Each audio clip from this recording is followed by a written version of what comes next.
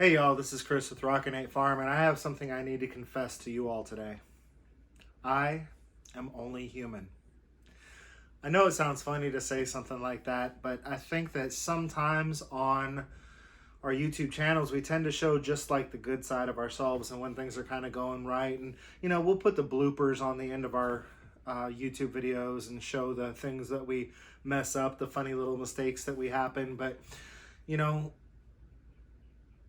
there's a few people out there that will really get raw and real with you, and I kind of want to be one of those people. I just want to be completely honest on my YouTube channel. I want to be totally transparent because that's how I am in real life. I mess things up all the time, and I tell y'all that I mess things up all the time, but one of the things I don't talk about a whole lot is like my feelings or my emotions. I've really been kind of going through a little bit of a slump lately, and the biggest reason that I think I'm going through the slump is because I'm a little burnt out and I'm feeling a lot like a failure, and I'm not really 100% sure what to do about it. Now, I don't want this to be one of those videos where I'm going to sit here and I'm going to weep and cry. I'm not looking for sympathy. I know I'm going to get through this because I ain't got no quit left in me. I was a huge quitter for the majority of my life, but apparently I spent up all my quit by the time I was about 33, 34, because I ain't got no quit left in me. Now all I do is push. I'm going to get it done. I know I'm going to get it done. But that doesn't mean that I'm not tired. Y'all, I'm really tired. A good YouTube friend of mine, she's got a channel. She's a author, she's a podcaster, she's also got a YouTube channel. Her name is Amy Dingman, and her podcast and her Facebook channel, or Facebook page and YouTube channel and all that, it's known as A Farmish Kind of Life. I'm sure y'all have seen her around. Amy is a wonderful human being. She's got a great family.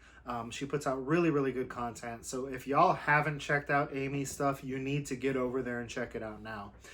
This isn't really supposed to be a shout out, but part of the reason that I want you to go check out her stuff, if you haven't done so already, is because a few weeks back she put out a blog and a podcast, and then also a YouTube video talking about how hard winter can be on homesteaders.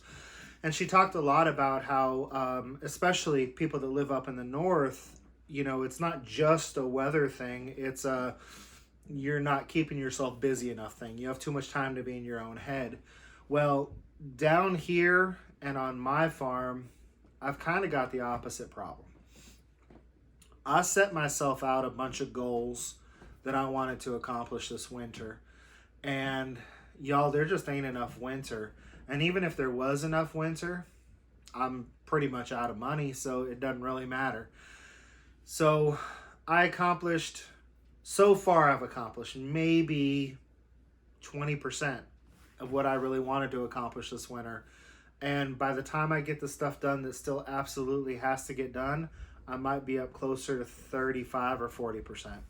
I know this is the time of year where we should be taking a look at everything we accomplished this winter to get ready for spring and summer and really rejoicing in our accomplishments, but y'all, there's still so much to do, and I am so tired. And a lot of it is our circumstances. And again, I don't want this to come off like I'm whining and I'm griping and I'm complaining. I'm trying to be transparent with y'all. For some of those of you that are in the same situation as me, I want you to know that you're not alone. And I want you to know that, man, you can call me, text me, email me. We'll talk about this anytime. I kind of almost wish that I had more homesteaders that I could just talk to about this. And, maybe I will after this video. Maybe some people will reach out and they'll be like, man, I'm going through the same stuff. Let's chat. But there's still so much to do that has to get done. Has to get done. And that's not even all the stuff that I wanted to get done. There's a few projects that were really, really, really important to me to get done this winter, get them done before spring. Because once spring hits and we start planting and then things start growing and then we start harvesting and, the eggs are in full production and, the guineas are laying and we're incubating eggs, like we're going to be too busy for projects. Winter is time for project work down here in the South. So, some of the things I wanted to get done, we really wanted to add pigs to the farm this winter or this spring. In order to do that, I said, I'm not going to be an idiot. If I don't have the infrastructure in place, we're not doing it. Well, I didn't have time to build any kind of a pig shelter, and I ran out of money. So I can't get the electro netting or cattle panels or however it is. I mean, what I wanted to do was electro netting, pig shelter, feeder, waterer, rotate them across my pasture. That means I needed to build a feeder, I needed to build a waterer, I needed to build a pig shelter. And then I needed to purchase the electro netting and the charger and all that kind of stuff. Well, like I said, I ran out of time, I ran out of money. We are not going to get pigs this spring, period, end of story. My wife really had her heart set on bees. We were even talking to people about bees. The bees were even a priority over top of the pigs, to be honest with you. But I didn't have money to buy hives, and I ran out of time to build hives. So we are not going to get bees this spring.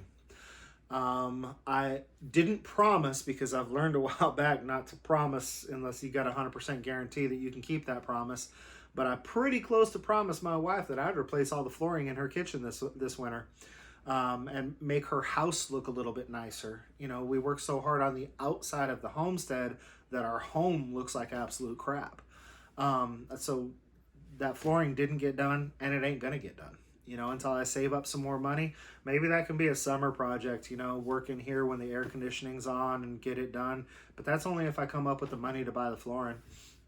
So the flooring didn't get done, even though I told her I wanted to get it done. I was supposed to put a brand new floor, which meant that I needed to run runners and put plywood down in the old tack room in my barn. And then once I got a good plywood floor down and knew I wasn't going to have to deal with mud, then I was going to move all of my workshop stuff into that tack room and clear out the barn to start getting it ready for livestock. That way, when we got the pigs, we had like places where that they could farrow, and places we could keep the piglets until they were big enough to kind of fend on their own a little bit, just in case we had some predators. But we figured we'd keep the piglets in a barn for a while. Once they got a little bit bigger, then we'd move them out on pasture. Well, the barn ain't ready for the piglets, even if I had all the electro netting and stuff, because I ran out of money and I ran out of time to get that flooring in the tack room. So those are all the things that I did not accomplish that have me feeling like an absolute failure. And I'm sitting here and I'm going, you know what, I'm tired. What I really need is a bit of a break before spring comes and we get super busy. But y'all, I ain't got time for a break either. I ain't got time for a break because we quadrupled the size of our garden this year. We went from something like 80 square feet of raised garden bed plus a bunch of buckets to like 450 square feet of raised garden bed plus twice as many buckets as we had last year. So we've like quadruple or 5 times the amount of plantable garden space that we have in our garden this year. Y'all, last year during the summer, during the height of the summer when it's really hot out, watering the garden was an hour to an hour and a half project every single solitary day. That little tiny garden, an hour to an hour and a half every single solitary day. So if I have 5 times my garden, y'all, I don't have 7.5 hours every single solitary day to water my garden, which means that I absolutely, positively have to get this irrigation system in. So the garden beds are up, they're built, they're filled with dirt. We put all that work, we put all that effort, we put all that time, we put all that attention. It's looking great. Everybody gives me all these compliments about how amazing they are. And the project's only half done because I've got 120 seeds in there that are starting to grow and that are looking amazing. That if I don't get that irrigation system in, I'm just going to have to sell all the little plants because, y'all, there's no point in me putting them in the ground. I don't have time to water them. We got these chicks this year because we figured we wanted to pretty much double our egg production. I work near a big city, and the big city that I work around has a big food movement going on. So I know I can get rid of a few eggs and get it to a place where the chickens basically completely pay for themselves, and I get lots of free eggs. So we figured we've got the chicken thing down. That's not really adding a new thing. We are adding more chickens, but we've already really kind of got the chicken thing down, right? So we're just gonna we quadrupled the size of the garden bed because we've kind of got the gardening down. We're doubling the size of our chicken flock because we kind of got the chicken thing down. Now, y'all, I'm not stupid. I know how life works sometimes, and I know that sometimes the greatest answer you can hear is no. So because we quadrupled the size of our garden and we're doubling the size of our chicken flock, adding pigs probably would have been a stretch. So it's probably a blessing in disguise that I didn't have time to get all the stuff ready for the pigs. But I'm still disappointed that I wasn't able to accomplish my goals. So back to the chickens. I've got all the chickens out there in a brooder. Those little chicks are growing fast. They're healthy. They're happy. They're cute little birds. Well, y'all saw that just a few weeks ago, my outdoor brooding pen where I move the chicks at about 5 weeks of age, and I keep them there until they're about 12 to 16 weeks of age, depending on how big they grow and stuff like that, before I try and integrate them in with the flock.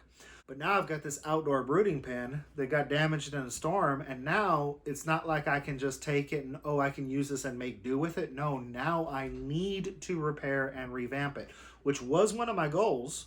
That was one of the things I had on my list of things to do, was to disassemble this outdoor grow out pen and put it back together in a better fashion. But now I have to take apart this outdoor growing pen and put it back together in a better fashion. I've got about 4 weeks to make that happen. I've got about 4 weeks to make the irrigation happen. And y'all, like I said, I ain't got no quit in me. I will get it done. But I'm tired. And it ain't like I'm doing all this alone, y'all. Y'all saw the videos. Y'all saw Jose out there. For every shovel of dirt I put in those boxes, he put one in there too. Y'all saw the videos where my daughter Ayana was out there shoveling dirt by herself because Jose and I were working on another project. You know, I think a big part of the reason I'm so tired too, and I hesitate to even mention this because, you know, my wife, just like a lot of women out there, she's got that mom and wife guilt. You know, it's just something that's like permanently attached to moms and wives where, you know, it's like they feel guilty for everything. Like I tell her, it ain't going to kill the kids to ride the bus to school. And she says, but if I'm here to take them to school, when I make them ride the bus, I feel guilty. Yeah, right. That's that mom guilt. Dad don't feel bad about making them ride the bus at all. Mom feels guilty about making them ride the bus. So I hesitate to even mention this, but y'all, you also know that, you know, my sweet Jess, the love of my life, my everything, my treasure, has been really, really sick for a really, really long time. And now she's actually really starting to feel better. And, you know, it's like, that's a great praise God moment that she's starting to feel so much better. But, you know, have y'all ever noticed that when you come down off of something, when there's a situation that's very tense and very stressful and requires a lot of energy and requires a lot of attention, and then that situation goes away, everything just kind of almost implodes at that point. And all of a sudden you realize how tired you are. So, like I said, praise the Lord, hallelujah, that my sweet Jess is feeling so much better. But I'm just really realizing right now how tired I am and how much I still have to do.